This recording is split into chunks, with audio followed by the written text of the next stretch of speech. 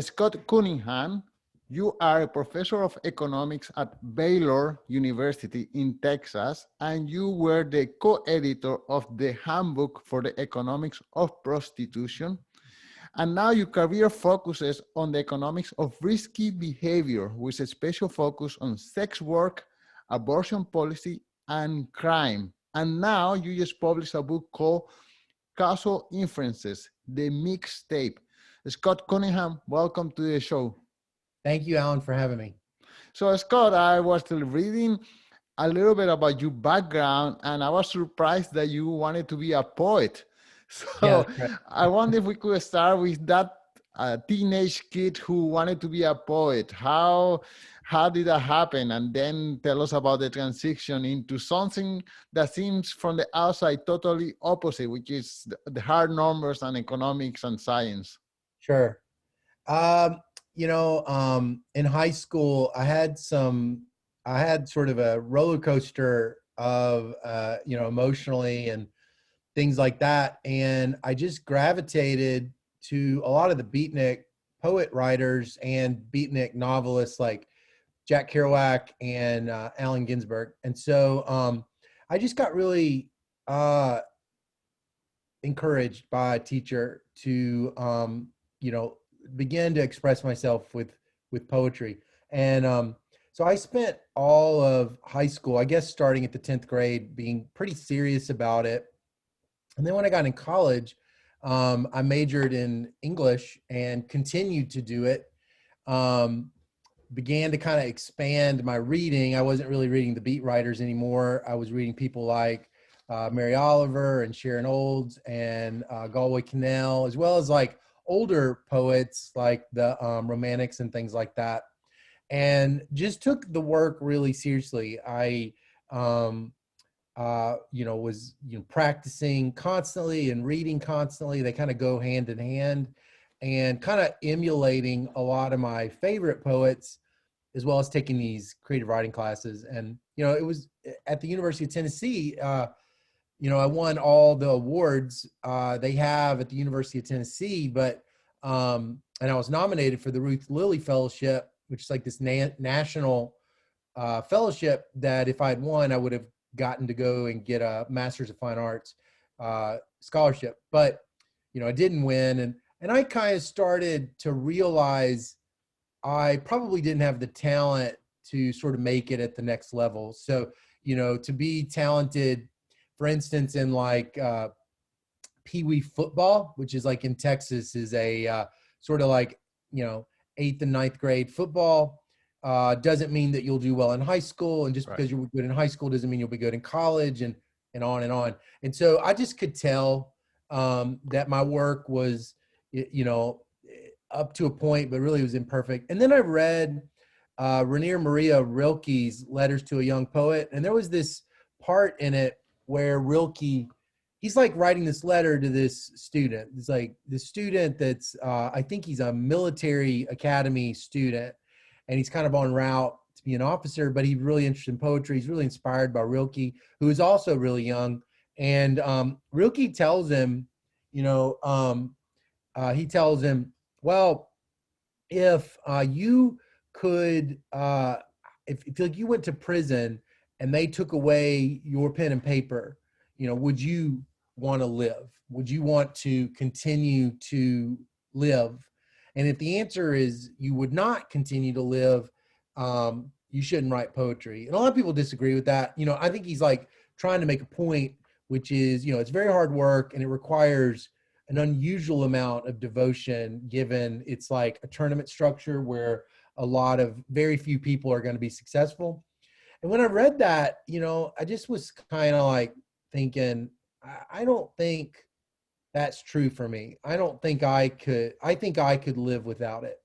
And even though I'd been working probably for like 9 years, very, very intentionally, I didn't think that I needed it the way I had needed it in high school, as kind of like a major part of my life. And so I quit it, and I really haven't written poems since. Not really. Occasionally I would for my wife or my kids, but really hadn't.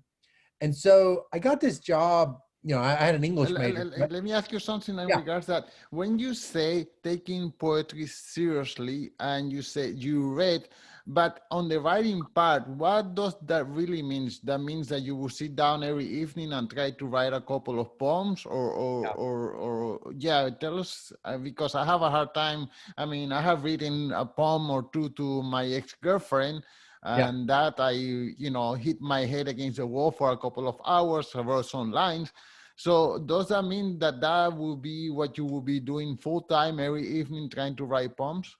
Every day. I mean, everybody's different. I don't really know what worked for somebody else. For me, what was really important was the discipline of writing poetry. So there was like this man named William Stafford, and he had a lifetime discipline of writing and working seriously on one poem every day, and most of those poems are garbage. They're just, not worth the paper they're written on. But, part of the process of writing poetry is just, it's kind of like a numbers game. You sometimes don't get to those meaningful poems until you've written 1 month of not so interesting or poems. And so my discipline was to really study poetry every day, other people's writings, and then to write, and then to spend a lot of time editing both that day's poems, but really previous poems. I mean, I just was constantly editing,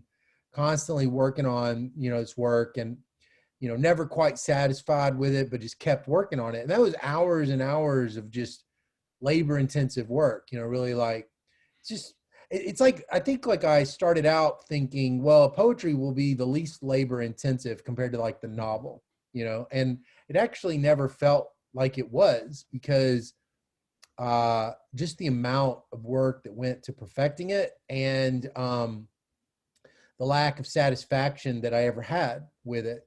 I think, like, maybe a novel can be a little more forgiving for not being perfect. Like, at times the writing may not be perfect. Obviously, like, a guy like James Joyce, that's not true, but for some, but like, poem, there can't be a wasted word. And so that was kind of like what it was. I just was studying all the time outside of class daily, Wow. and I was writing poems every day, and I was working on them, and I was producing these little booklets that were self-published called chapbooks. I probably did about 4 of them, and would present them, which is always kind of intimidating. Present them and To just whom? constantly work. Present them to whom? There's usually like local communities that you Mm. can sort of be a part of their regular readings and their regular, the regular readings. And so I would do them with those. You're surrounded by excellent poets. When you do that, there's workshops where they really criticize your work. That's really important. That was really important. So I really devoted myself to the craft. And as a writer of poetry, the end purpose is, let's say, after you spend a whole year writing poems, is to have like maybe the top 100 or the top 200, who knows, and then publish that into an Yeah. actual. Okay, and Yeah, generally it's like is usually it's like in journals and magazines, like okay. the New Yorker regularly publishes poems, but then there's like lots of journals that'll do it. Um, and then, you can collect them and make a book, or maybe you go directly to the book. I think it's usually through the journal system though, and the magazine system, that you get published, and then a publisher may be interested in publishing like a collection. And how true is it the idea that poets are starving artists? That's probably pretty true. I mean, there's like, it's not like, the 1900s, the 1800s, where uh, maybe there was greater success. I mean, in economics, we call it a tournament labor market, where, it's like a pyramid, and only the people at the very top of the pyramid make most of the money. And even then, you really need a academic position that will subsidize it. And that's not, that's within the poet tradition. William Carlos Williams was a physician, I believe. No, he was an insurance salesman. And so, usually you have some day job, Okay. but since it was so labor intensive, it's actually it's not easy to have a day job, because they're both like full-time jobs. And then it's a winner takes all kind of scenario. It's So kind of, the, yeah. okay, Yeah, it's kind wow. of got that tendency. And I Okay. was just like, I'll never take all. Okay, so then one time you realized that you probably were going to starve if you continue in that, and that you could live without your pen and paper. And then what happened? So I got this job after I graduated, doing something called market research, and it was like a branch of the social sciences. Even though like they were studying customer behavior, or like what kind of cable channels are you going to get, or what kind of detergent are you going to buy, and those kinds of things.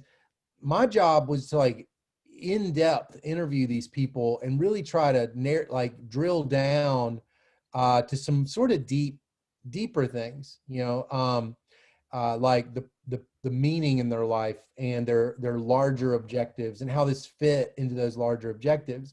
And I just got really, really excited. I had never taken, I guess I had taken like I think I took a sociology course and maybe a political science course because they were requirements, but I don't remember them at all. And so I was like, yeah, I really want to study human behavior. I really want to figure out why people do the things they do.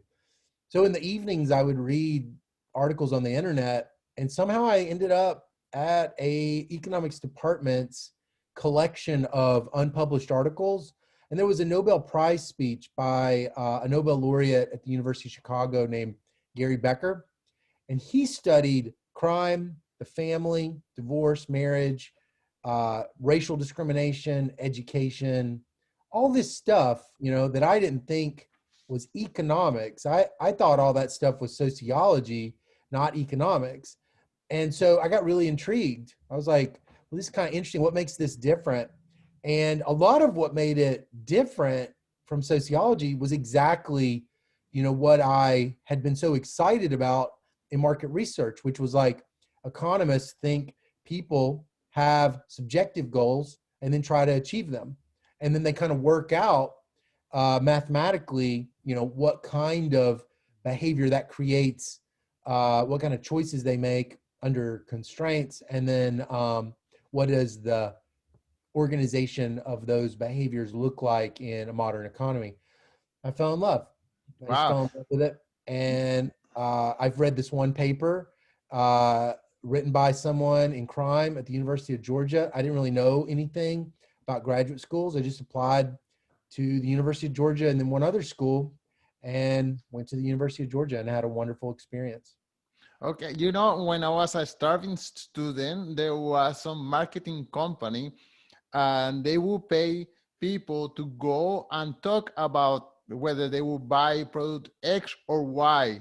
And there were deep discussions on why, kind of try to get into the psychological level of the consumer of why. And they were pay, I was very happy to get paid $100 just for me to express why I would buy this rather than the other one, or what was it that I didn't like, or what was the thing that so I guess that's the kind of thing that you guys were studying. Yeah, that was kind of the thing we were studying. I loved listening to people. I loved hearing their story. I loved interviewing them. I loved everything about that job. I just didn't feel like in that job I was ever going to be able to study the things I wanted to study, which started to get increasingly like bigger questions than detergent and things like that. But, I loved the methodology called qualitative research. It was just so meaningful and exciting. And what was nice about it is it kind of broke out of like these kind of tight ideological, philosophical views about society. And it was just listening, and then forming your own kind of ideas and theories about their behavior that really wasn't this like politicized theory that you kind of got from these, like, for instance, like a Marxist kind of critical theory view of humans, which was very common in my literature program. And I didn't want to do that. I really wanted more flexibility to think about people. Okay, so wow, I have a few questions in regards to that, but okay, so in your bio, I was reading, you moved to Athens, Georgia, following a professor, David Moster. And, Yeah. I have some friends who have changed even the country where they live because they are following a professor that, Yeah. is an expert on this or the other subject. So now I always ask myself, how does that happen? I mean, this professor teaches one class on his subject of expertise, and the traveler student changed the whole, because you move when you have a wife and a kid. So you said, we gotta go to Athens, Georgia, because that's where the professor that I want to follow, he teaches there. Yeah. So can you take me to the mindset of a student following a professor? Because I mean, were you taking one class or every possible class that this professor was teaching? Yeah. Well, he only taught one class at this school, but you can work with them. And David Mustard was one of the writers of a crime paper that I had read online, and I was so excited by it. It was this empirical paper that was kind of trying to estimate or like measure, what was the impact of a law on crime, and I thought that was kind of interesting. And so I applied, just to study with David. And David ultimately taught me a field called labor economics. And that's like the study of workers and, like policies that impact workers, like the minimum wage. And it also is an area called discrimination. And it's also like they're the ones that study racial discrimination and gender discrimination. So it's just like really fascinating. And so David ended up being one of the people that sat on my dissertation, which like in American economics programs, you have like maybe like three professors that are kind of like, uh, criticizing and asking you questions and teaching you on your final research project that'll get you the PhD if you pass. And David was one of them. But David ultimately didn't become the main professor that inspired me and that I really tried to emulate. I had never heard of this professor before I got there, and I had never heard of this field before I got there. He had written on crime, but he was not primarily a crime economist. He was what's called an econometrician. An econometrician is someone who combines the field of statistics and the field of economics, thinking really carefully about everything we know about the theory of economics, and then trying to leverage the field of statistics to like measure pieces of theory, often with public policies. And and Chris really was my inspiration. And I really lucked out with finding Chris because he taught me so much. He encouraged me so much. He believed in me. He held me to high standards. He was excited by my excitement, but also, kind of like helped me focus and things like that. And, my book on causal inference is kind of, you can draw a line from that book back to Chris Cornwell, because Wow. that is a book that shares a lot of overlap with that field of econometrics. And, I love that field.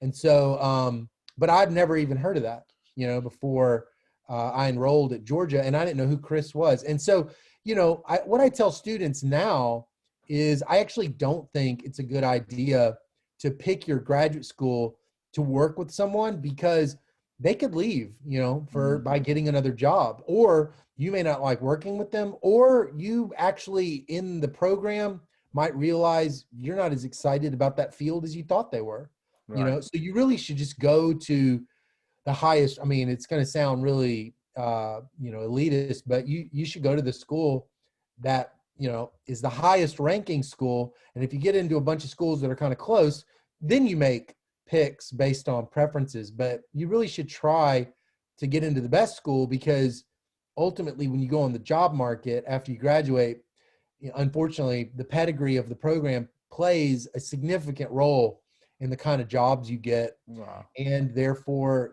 what your lifetime earnings, can be. Okay, so now what happens? You are a researcher. What happens when the results of your research contradicts the thing that the public wants to believe? Let's say you discover that not having a minimum wage doesn't have it doesn't affect people that much, Yeah, but the current political belief is that you have to set minimum wage at $20 per hour. And I'm just making this up, sure. but you come up with a research, and the audience wants to believe something else. Yeah. So what happens then? Right. Well, I think economics is a much more flexible. People might disagree, but I think it's a more flexible discipline that can that can handle disagreement like that. For one, and this people oftentimes don't really like this about the field, but economists actually love studies that kind of overturn conventional wisdom. They think that's kind of fun and interesting. So that's one thing. You don't have nearly the same kind of like negativity towards it. So like minimum wage studies, for instance, you'll see papers published that find effects of the minimum wage, and you'll see some that don't. And it's like a big area of debate, and they both kind of get published. The other thing, though, in economics, and this is kind of relevant to that book I wrote, which is when the scientific methodologies are so good that the critics really don't have the ability to criticize it very well, because critics ultimately in economics will criticize, they don't criticize results, they criticize methods. And they criticize data. Is the data good? Is it appropriate? Is it the right data for the question you're using? Is this way that you're going about studying this going to give us measures of causality, or is it just going to kind of be this weird correlation that doesn't mean anything? And are they using the right statistical tools, or what's called an estimator? That's what they look at, and not, what is it that you found? Nobody cares what you found.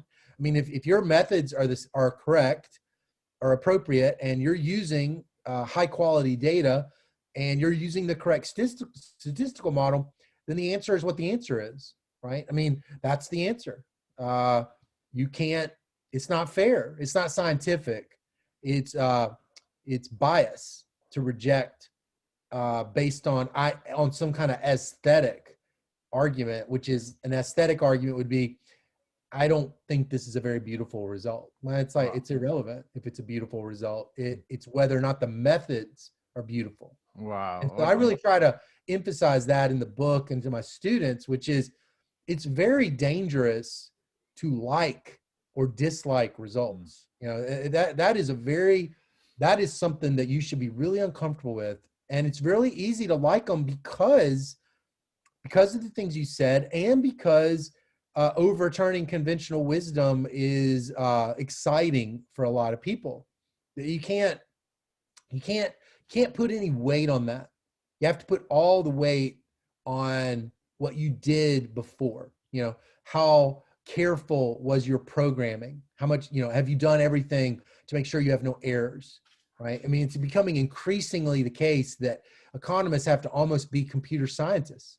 And, so that means we have to have a lot of the same skills as computer scientists without taking any of their classes, right? So it's like, there's a lot into it.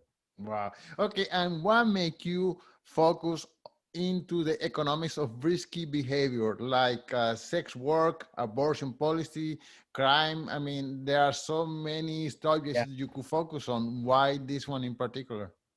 Well, that was why I went to grad school. When I read Gary Becker's Nobel Prize speech, which was on crime and the family, and even racial discrimination, I was like, these are the topics I care about. So I'm going to spend my career studying them. That's the only thing I want to study. I don't want to study money. I don't want to study recessions. I don't want to study stocks. None of that stuff is going to get me out of bed in the morning. But, crime had always been something, even as a little kid, that I was like deeply interested in. Me and my dad always would watch movies about the mafia. We loved it. You know, I would watch movies about gang warfare and things like that in the 80s. I listened to a lot of rap music where you would hear about that and drug dealing. And I just was like absolutely fascinated with it. And I was absolutely kind of fascinated with the idea, which is Gary Becker's work, which was the idea that even these behaviors like love, like criminal activity, like drug use and like sex, all of those things might be rational. These are the things that you think addiction is not rational. But what if there's some piece of it that is rational? Well, insofar as any of it is rational, we're in the world of economists. Insofar any of it is bought and sold in markets, we're in the world of economists. And in fact, you can frame marriage and marriage markets where people are competing with one another for partners. You can think about sex is a little harder because maybe sex is the most irrational, emotional part of our life and controlled by passions, but you can still set up the models and think kind of carefully, like, so, sex, for instance, how does it respond to abortion policy? How does it respond to birth control and contraception policy? The availability of these, you can think about both of those as medical technologies, right? And they change incentives to engage in, because they change fertility, maybe that changes a male and female, or, that it would be relevant for a male and female, really, a male and female's willingness to engage in sex at all and sex with a condom. Okay. And so you get like all kinds of thoughts about, well, how would it affect STDs and how would it affect fertility and marriage and divorce? Okay. So then along the way, I'm not gonna cover on how you became a professor, but because we have limited time, but you started writing this book, Causal Inferences, that I found out you were giving out for free. So, first of all, what motivated you to write the book? And then once you wrote it, why were you giving it for free? And then what's the status of the book right now? Sure. Yeah, it's kind of a cool story. I think it's a cool story. I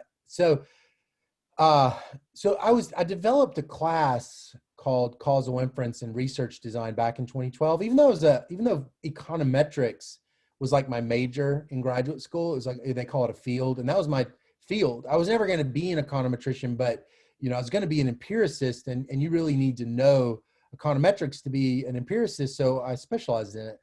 And I could tell when I was on the market, like that's what they call it, the job market. When I was on the job market in 2006, 2007, I could tell when people would interview me, there was something missing with my knowledge of econometrics.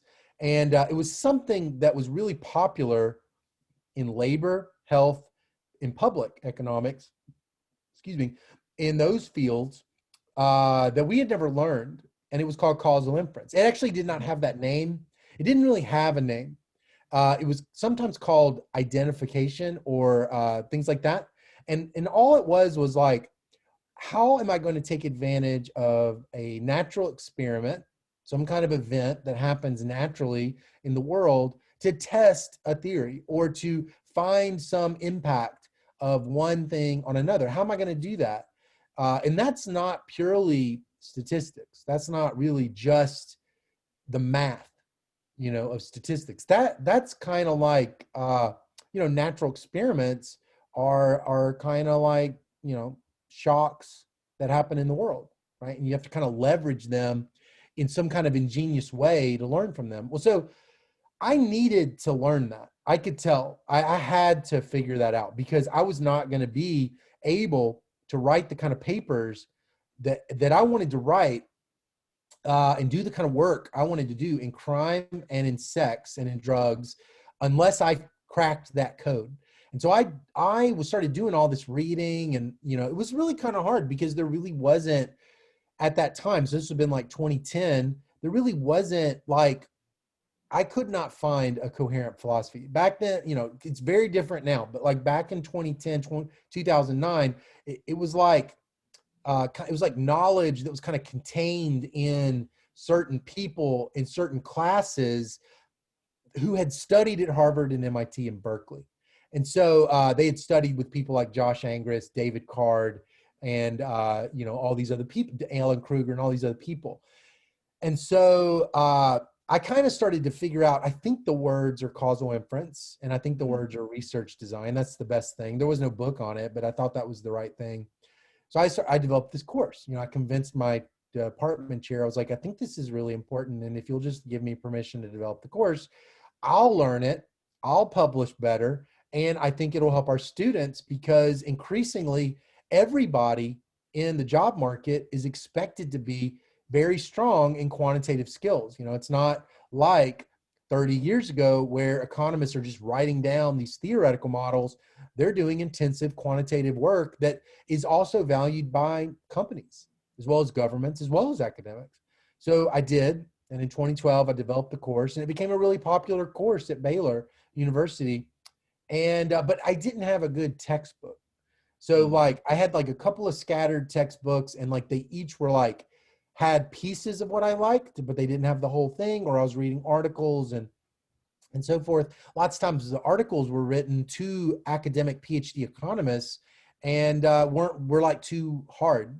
And so I started writing a book for my students. It was just for my students. It was writing up my lecture notes that had kind of like grown over the years, and that was like this 1,200 slides for a PowerPoint. I started writing it up. But in economics in America, books are not valued. We do not write books.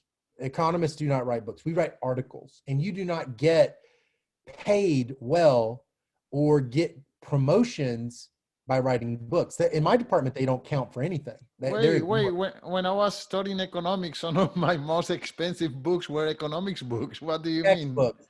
Yeah, textbooks, things like that.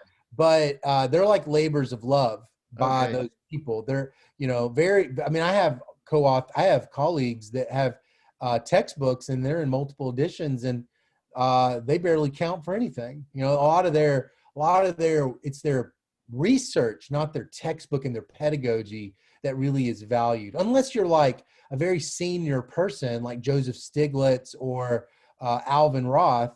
And those books, those are both Nobel laureates. Like the Nobel laureates are expected to write books.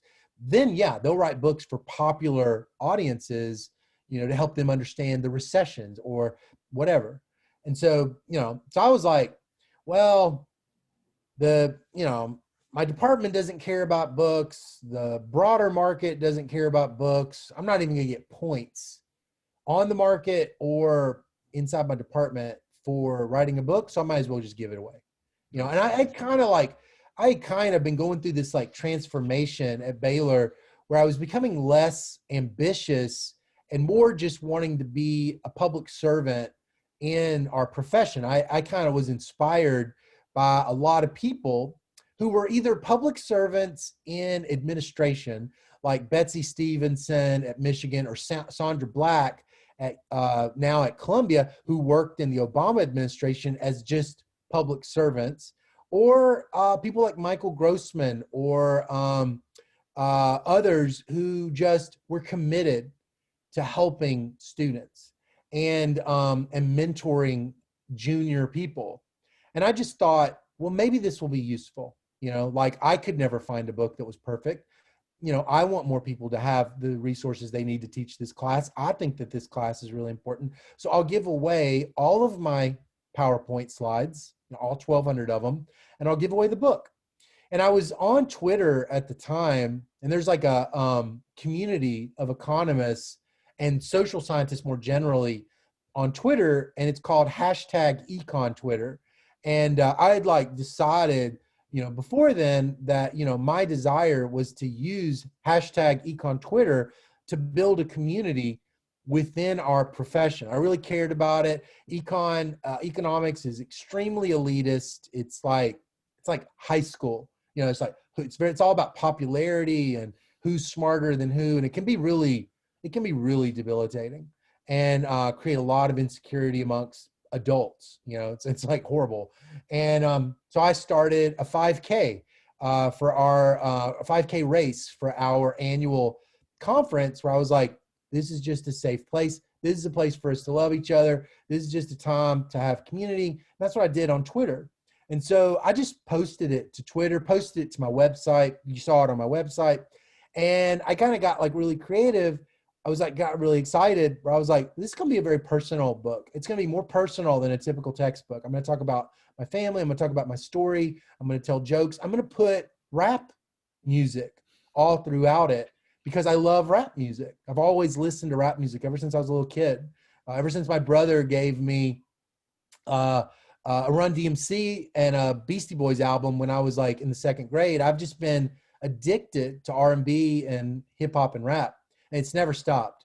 And so I made this book called Causal Inference, the mixtape, because rappers are constantly creating albums that they just give away, that are just free. Mm-hmm. You know, they're not being produced by a producer. All right, they'll have like engineers, but they'll be very high quality, but they're not, you know, the ones they sell.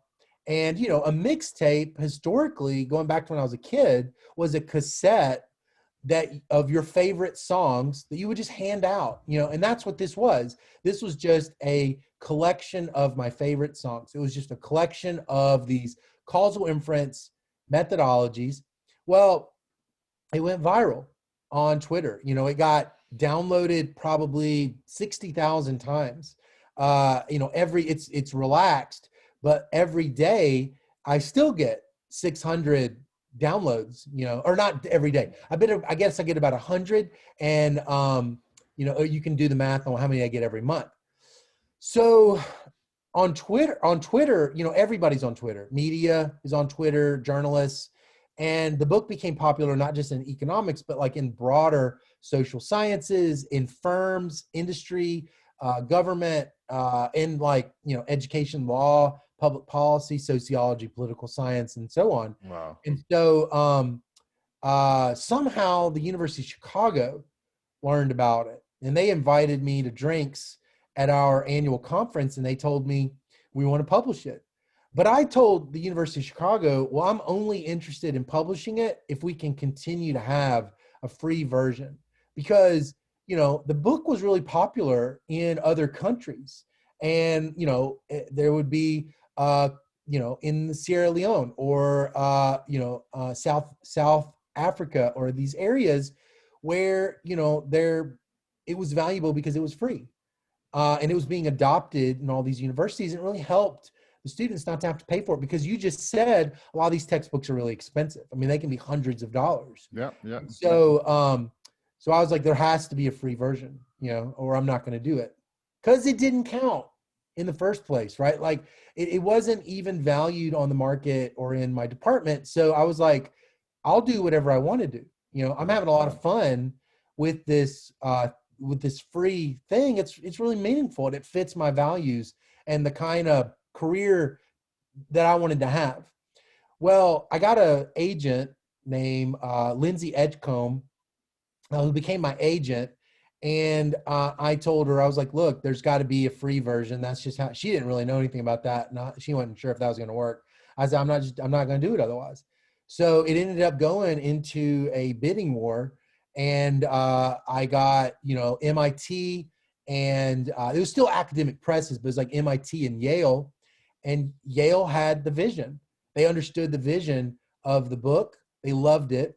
And I decided to work with a guy named Seth Ditchett, who loved the idea, and we got a book deal, and it comes out in, it's got a great cover.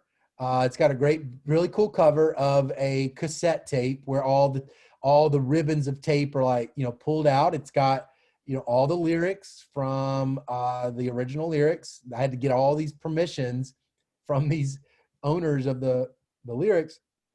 And it comes out on January 26th.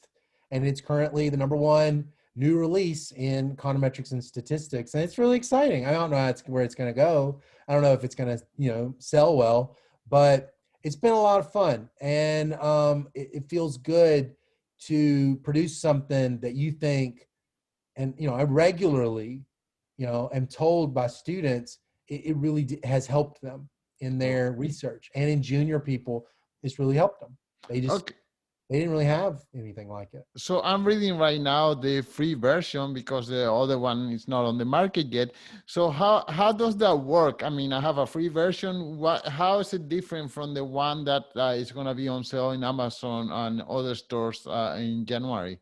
What I did with the new version was I updated it. It's about Okay. 600 pages now, as opposed to like 300. And I just made everything, all of the like 7 or 8 chapters, made it fully contemporary as best I could, like as best I could, to get people up to the cutting edge, up to some point of each of these methodologies, so that they would be as prepared as possible for publishing in an, kind of a changing world that was different from the free version, which is about 2 years old, because it changes a lot.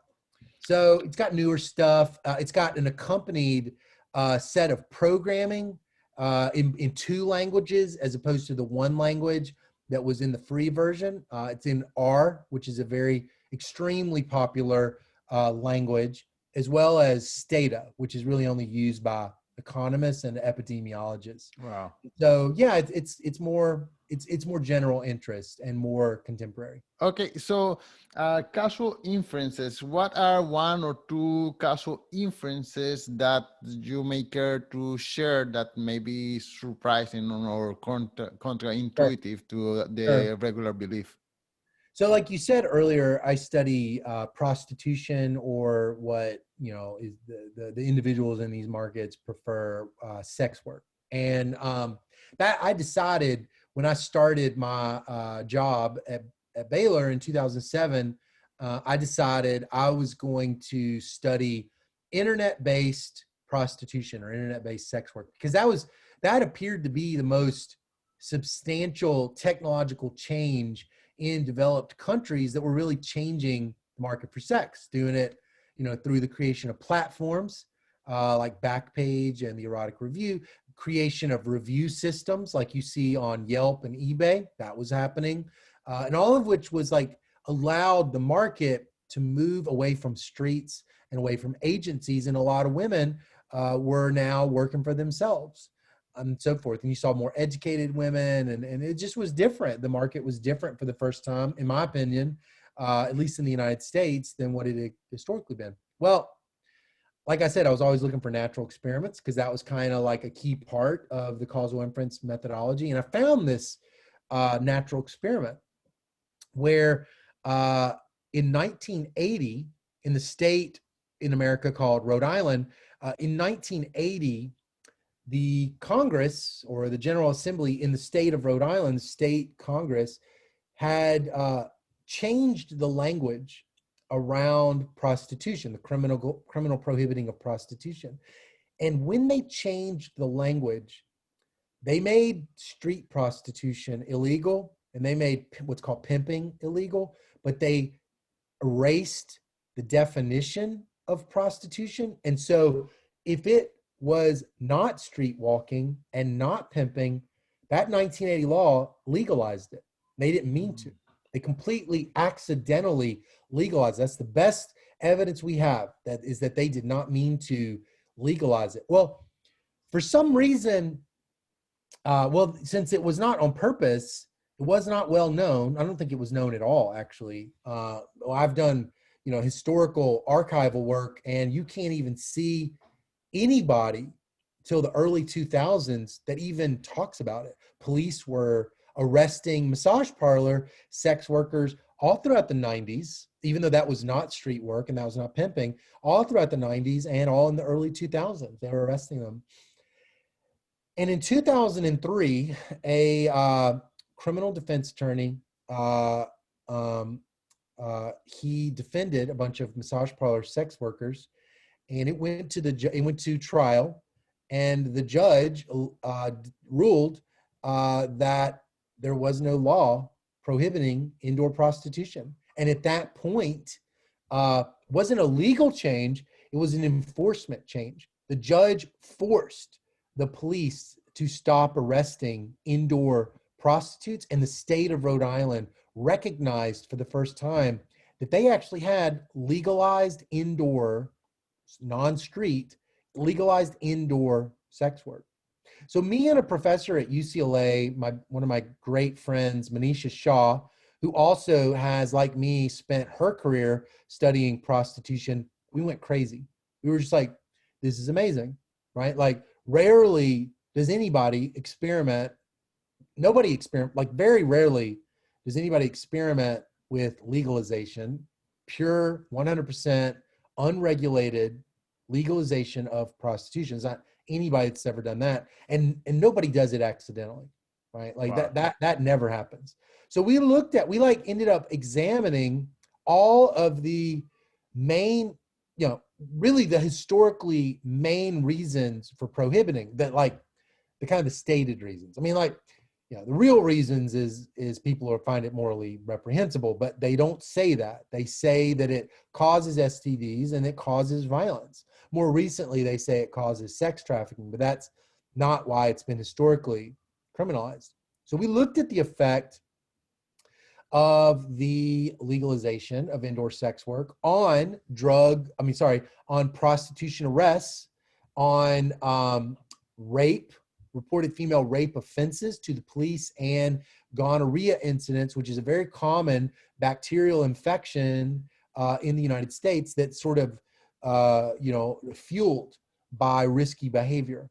And so we used explicit other United States explicit control groups that had similar levels of rape prior to 2003 and had similar levels of arrests and similar levels of gonorrhea prior to the legalization, so that we could kind of compare apples to apples. And we used all these causal methods that I discuss in the book, just state-of-the-art methods that are used by economists to study the minimum wage, like you said. And what we found was very surprising. We found that when Rhode Island legalized indoor sex work, rather than violence increasing, we found violence against women fell. We found rapes fell, reported rapes against women fell 30%. Wow. Relative to these counterfactuals or control groups, and gonorrhea amongst women fell 40%. And what we think was going on, so like we have all this data on prostitutes that have been reviewed at these websites. I mentioned that.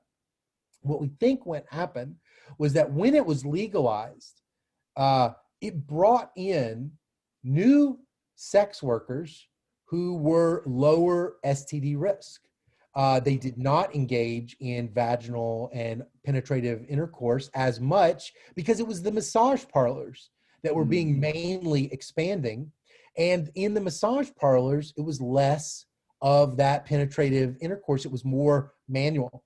And so, so you have all of a sudden a crowding out of that risky group by a group of women that were less risky, that had condoms more.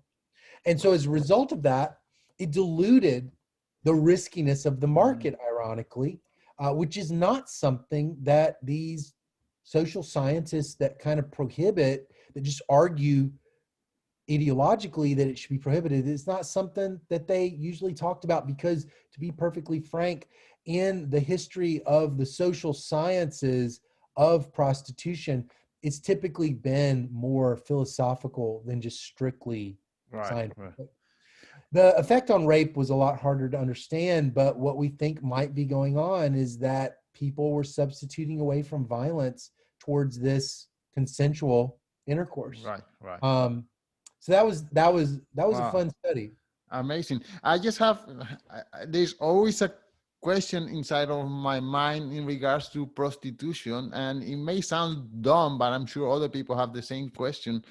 Why does a prostitute need a pimp? Or how does that happen? I mean, from what I see in the movies, the pimp takes all the money away and give her back some few cents for her personal expenses. Yeah. But she's doing the dangerous work of being outside in the streets. Why does she have to give all that money to the the protector?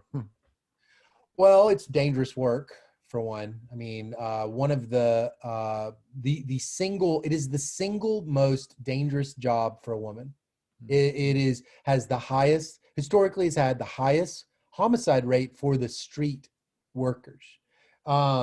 Serial killers, it's the most typical victim of a serial killer in the United States is a female street walker. So it's very dangerous. It's very dangerous work.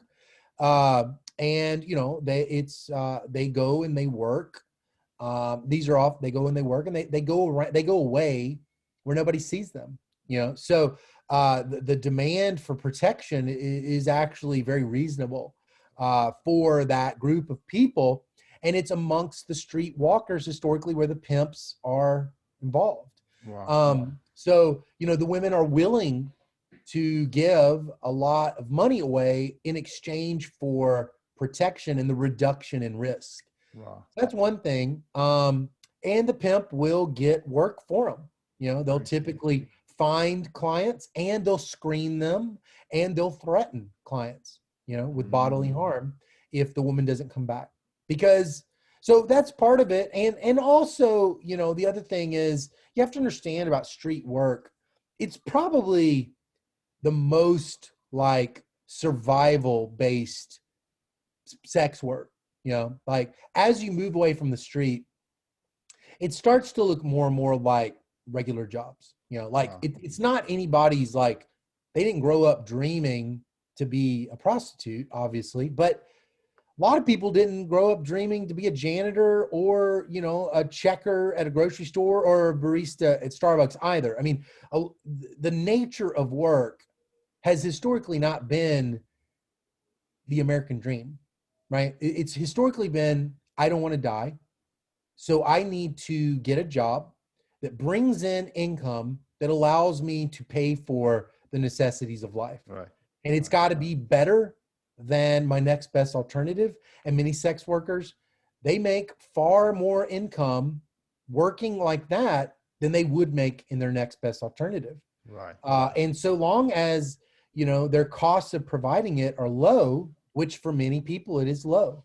Doesn't mean it's zero, but psychically it's not as painful as it might be for other people. They'll have a comparative advantage in doing it. And so the wage that they get actually will cover their costs and their risks. Wow. But in the street market, in the street market, you're talking about greater degree of mental illness, greater degree of trauma, greater degree of drug addiction and homelessness. And so, you know, those women, they can end up in romantic relationships with these pimps. They might really depend on them for survival. Wow. Yeah, in a way that may just really not be the case for an escort. Wow. Okay, Scott, this has been an amazing conversation. I wonder if you could tell us one more time the title of the book and where can people follow you? Yeah, it's called Causal Inference, the mixtape. It is the #1 new release in econometrics and statistics. It's very cheap. It's only $35 compared to what you and I have paid for textbooks, and you can download it on Amazon.